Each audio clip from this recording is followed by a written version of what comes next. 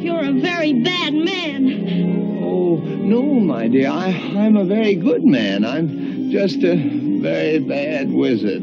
It's impossible to imagine anyone other than Frank Morgan as the Wizard of Oz, but the part almost went to W.C. Fields. Prove it. These two comic geniuses had something else in common, but we'll come to that in just a moment.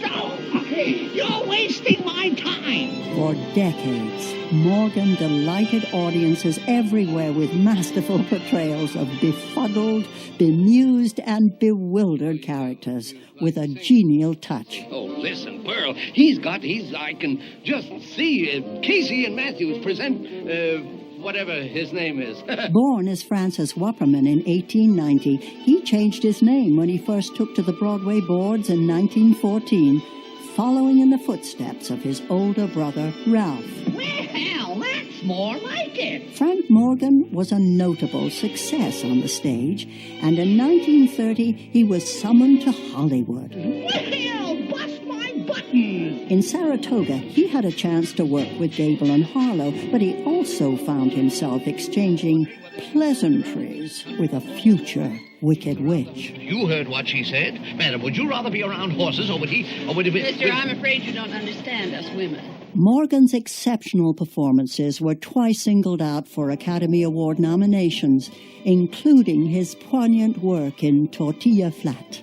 I think I remember. St. Francis, he looked at me and smiled like a good saint. And he said, "Be good to little dogs, you dirty man." Did he call you that?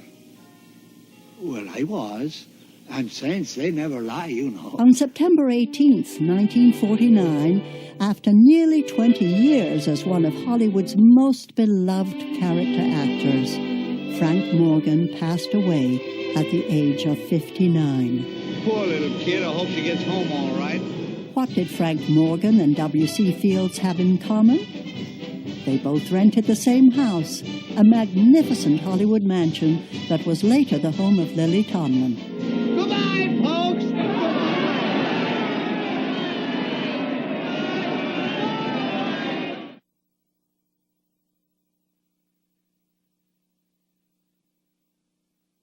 I don't know. But some people without brains do an awful lot of talking. The versatile Ray Bolger was nothing short of perfection in motion as the Scarecrow. For him, it was a professional high watermark. But he almost turned the film down. Now that's getting personal. The key to what Bolger considered the last straw in a moment. Stuff a mattress with me. Heh. A native of Dorchester, Massachusetts, Bolger began his career as a hoofer at the age of 18. By 1936, he was so popular, he played himself in MGM's sumptuous production of The Great Ziegfeld. Mr. Ziegfeld, gee, I wish you'd give me a chance. I've got talent, and I'd like to get away from shifting scenery and moving props. How long have you been a property boy? 5 years, but my heart hasn't been in it. You've been working a long time without your heart, buddy. The studio was impressed, so they kept him on to do other pictures, and that led straight to The Wizard of Oz. Wonderful. For the rest of his life, Bolger would bounce back and forth between the stage and the screen.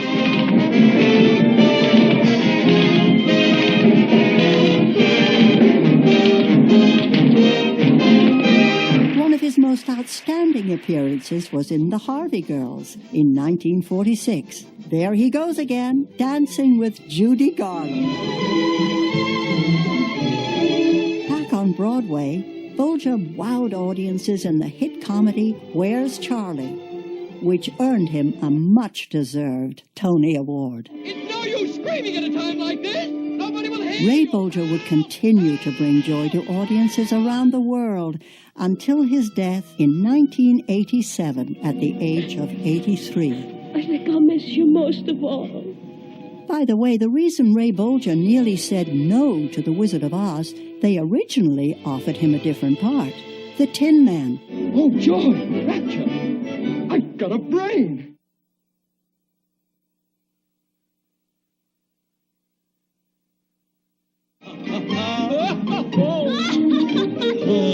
The giddy brilliance of Bert Lahr's cowardly lion is stamped in our memories forever. But he later found a new generation of television fans with a role he could sink his teeth into. If you don't know how he did it, that tidbit is coming right up. Born Irving Lahrheim in New York on August 13th, 1895, Lahr made his stage debut when he was only 15. By the 1930s, he was one of Broadway's brightest lights. The stage was always his specialty, but Lahr also had frequent engagements in radio, film, and later television. One of his more delectable appearances was as a lovelorn stage door Johnny in Ship Ahoy in 1942. Take it easy, boss. Remember your Aunt Jemima's pectorosis. Never mind my afflictions. Where have you been? I'm sorry, boss. I'm devastated. Cupid snuck up on me and pierced my epidermis. I'm a broken reed, a chaff in the wind. In 1954, Lahr charmed the public with his comical Mountie in Rosemarie. I missed you, girlie. The thought of you depressed me during the day, nagging me at night, and frustrating me at twilight. On stage, he garnered thunderous reviews for his groundbreaking performances in Waiting for Godot and A Midsummer Night's Dream. And in 1964, he was honored with a Tony for the musical Foxy. Shucks, folks, I'm speechless. Bert Lahr's last movie was released after his death. He never quit acting. He passed away on December 4th, 1967, leaving behind an indelible legacy of laughter and courage. Bert Lahr's tasty turn on the small screen? He was the tormented potato chip man who couldn't eat just one. Tell me when it's over.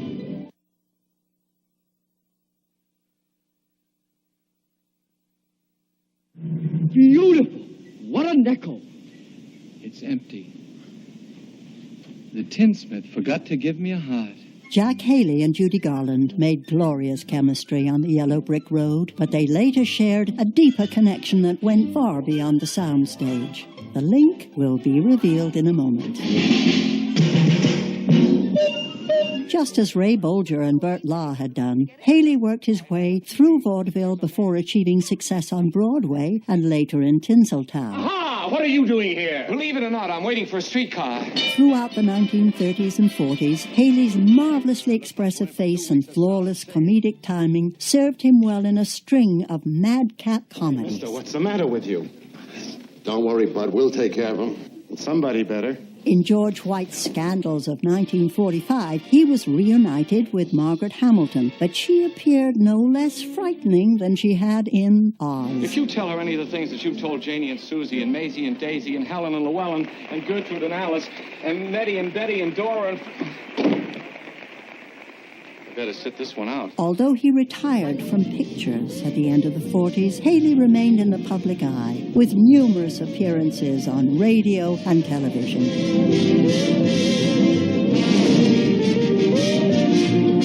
But Haley found his greatest reward in helping others. For the rest of his days, he worked tirelessly to raise millions for charitable causes, becoming as beloved for his true kindness as for his roster of wonderful roles. Someday they're going to erect a statue to me in this town. Well, don't start posing for it now. Jack Haley, a man of tremendous heart, was 80 years old when he passed away on June 6, 1979. And the bond that Jack Haley shared with Judy Garland, Haley's son, Jack Jr., later married Judy's daughter, Liza Minnelli.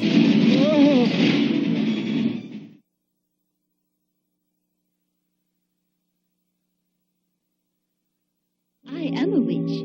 I'm Glinda, the Witch of the North. You are? Billy Burt never burst any bubbles. Just like in the Land of Oz, she was both good and beautiful, with an ageless elegance. After all, she was 54 years old when she floated into Munchkin Square. And meet the young lady who fell from a star. But 3 years before Oz, Billy Burke had a chance to behold something very few people ever do. That story is coming right up.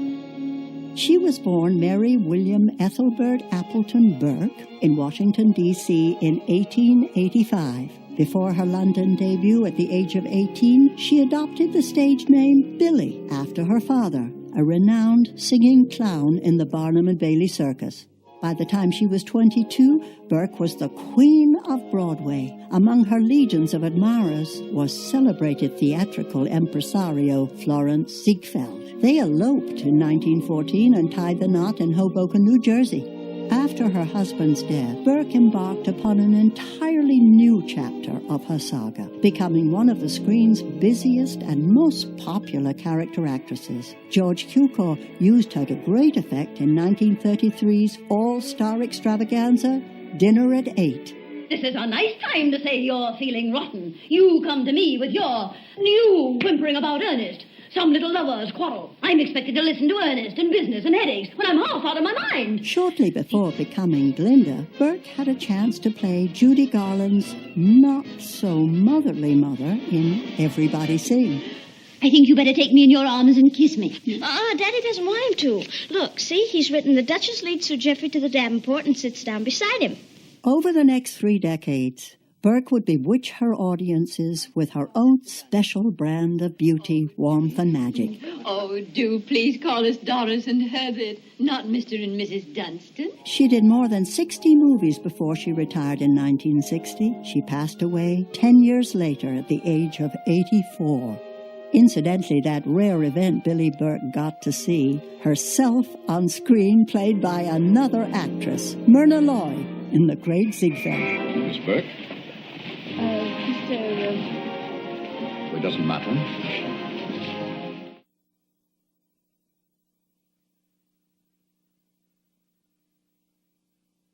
I'll get you, my pretty, and your little dog, too.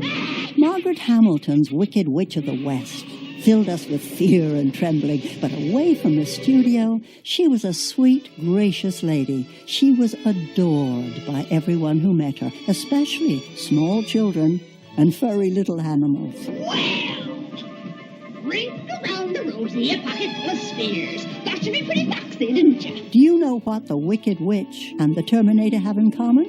The surprising answer is just around the corner. Hamilton's breakthrough arrived in the Broadway production of Another Language in 1932. She was so arresting in her sharp-tongued delivery, she was brought to Hollywood to do it all over again on film in 1933. Hey, that's a cute dress you've got on, but I can't wear that new line. Listen, you need a different corset now, I keep telling you. One that comes down, look.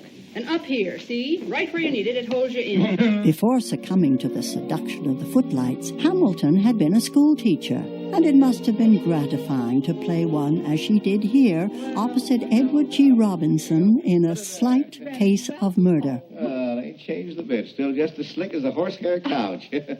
You don't know what this means to the little ones. It's a banner day in their little world when you come. Yes, I'm sure. Although best remembered for her nastier roles, on occasion she could be genuinely sympathetic, as in 1936's Chatterbox. Jenny, I was an actress myself once. Really? Really. And naturally, I can give you a few pointers. Upon occasion, Hamilton found herself alongside one of her fellow Oz colleagues, including Frank Morgan in Saratoga. Yes, well, from now on, madam, your face is in your own hands. That's a fine way to talk to your public. Well, yes. Well, I'm sorry, And in George White's Scandals, she played Jack Haley's possessive sister. Looks like I can't trust you alone for a minute. Hello, sister. Jack had something in his eye, and I was just trying to get it out. Must have been trying to take it out with your teeth. After more than 50 years of remarkably enduring work, Margaret Hamilton passed away on May 16th, 1985. We are truly fortunate no one ever dropped a house on her. What is it Margaret Hamilton had in common with Arnold Schwarzenegger?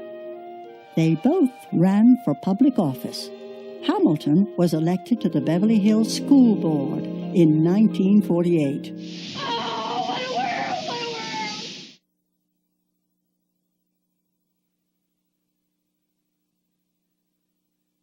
world! Oh, she bit her dog, eh? Charlie Grapewin, Dorothy's kindly old Uncle Henry in black and white Kansas, had a legendary show business career. He did something special. You'll find out what it was in a moment. Charlie Grapewin began working constantly in the movies when most people his age would be thinking of retirement. From the age of 60 until he was 82, he made more than 100 pictures, including such timeless classics as The Grapes of Wrath and They Died with Their Boots On. Yeah, shucks. That ain't nothing. I can squint in the prairie dog's eye at 50 feet. Ain't nobody in these parts can beat California Joe when it comes to spitting. Although acclaimed for his crusty country types, Grapewin could play a high-powered city slicker with equal skill, as in Libeled Lady for MGM in 1936. Hey, what is this? Do I own a paper or a lunatic asylum? You just took the words out of my mouth. Mr. Bain, my future wife. Nonsense. I'll be in my office. Get rid of this woman. Perhaps Grapewin's most startling transformation was as the Chinese patriarch in The Good Earth in 1937. Are you a farmer's son or not? Your woman must work as your mother did, and bear children as she did. 6 sons like mine. Your tea will be cold. True, true. Despite his industrious acting schedule, Grapewin found the time to become a successful playwright and novelist. And unlike the people he usually played on screen, he was impeccably groomed whenever away from the studio. After nearly 8 decades in show business, Charlie Grapewin retired in 1951. He passed away 5 years later on February the 2nd, 1956.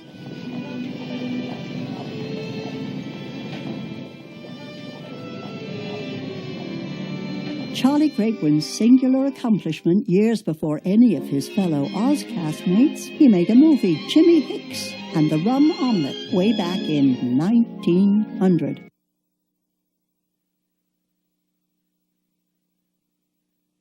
Elmira Gulch. Just because you own half the county doesn't mean you have the power to run the rest of us. For 23 years, I've been dying to tell you what I thought of you. She may have been on screen for only a few scenes, but they were good ones. Clara Blandick gained undeniable immortality as Dorothy's dearest Auntie M in The Wizard of Oz. But there was another storybook aunt Clara Blandick played not once, not twice, but 3 times on the big screen. Who was it? The answer is coming up. Here, what's all this jabber-wopping when there's work to be done? I know 3 shiftless farmhands that'll be out of a job before they know it. Born on an American ship in Hong Kong Harbor, Blandick made a few films during the silent era, but her first love was the stage. She made her talking picture debut in the 1929 hit comedy Wise Girls. Your ma was the prettiest woman then. It's a long time ago. Over the next 30 years, Blandick was a welcome presence in dozens of movies. Her parts were not usually large, but they were often memorable. Gambling. Did you hear that? These foreigners that corrupt the devil himself. She could be officious, she could be stern, she could even be mean with equal believability. But it was for her sweet-natured little old ladies that Clara Blandick is best remembered. My dear, when I was your age, I could have married money. But instead, I picked a very poor man whom I loved dearly. John and I have been married for 50 years. And day by day, our love has bloomed into the most wonderful hatred. Next time I get hitched, it's for dough. After enlivening more than 100 movies with her presence, Clara Blandick passed away at the age of 81 on April the 15th, 1962. And that other storybook aunt Clara Blandick brought to life 3 times? She was Aunt Polly in Tom Sawyer in 1930, in Huckleberry Finn in 1931, and again in Tom Sawyer Detective in 1938. How did you know that? Yes, you seem to know more about Huckleberry's afternoon than he does himself.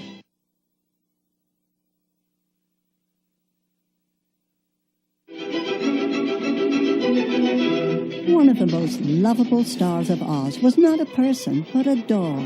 Toto was a cairn terrier named Terry.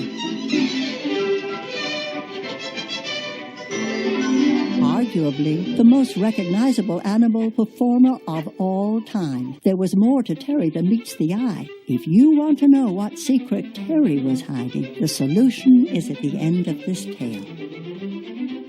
Toto, that's not polite. We haven't been asked yet. A captivating little scene stealer, Terry had to work hard to overcome a painful shyness. Famed animal trainer Carl Spitz helped draw Terry out, and by 1939, Terry was a seasoned veteran. Yeah, I think you're smart, don't you? How do you like One of Terry's biggest roles was as Spencer Tracy's pet, Rainbow, in the thriller Fury in 1936. Right after The Wizard of Oz, Terry went from rural ragamuffin to snooty society pet in The Women. Now, Olive, here's her special drinking water. But she don't ever want to drink, Miss Bennett. Ah, but you never can tell. Someday she may. Another starring role came in the 1940 murder mystery Calling Philo Vance. I know, McTavish. I'm glad to see you, too, Captain. On several occasions, Terry rejoined fellow Oz cast members, most notably Frank Morgan in Tortilla Flat in 1942. This is my little Pajarito. I don't know what he is, but he likes to play with a ball. After Oz, Terry was officially rechristened Toto and continued to work under that name until retiring in 1942. Toto passed away at Carl Spitz's ranch in the San Fernando Valley in 1944. Want to know Toto's secret? In real life, he was a she. Toto too? Toto too.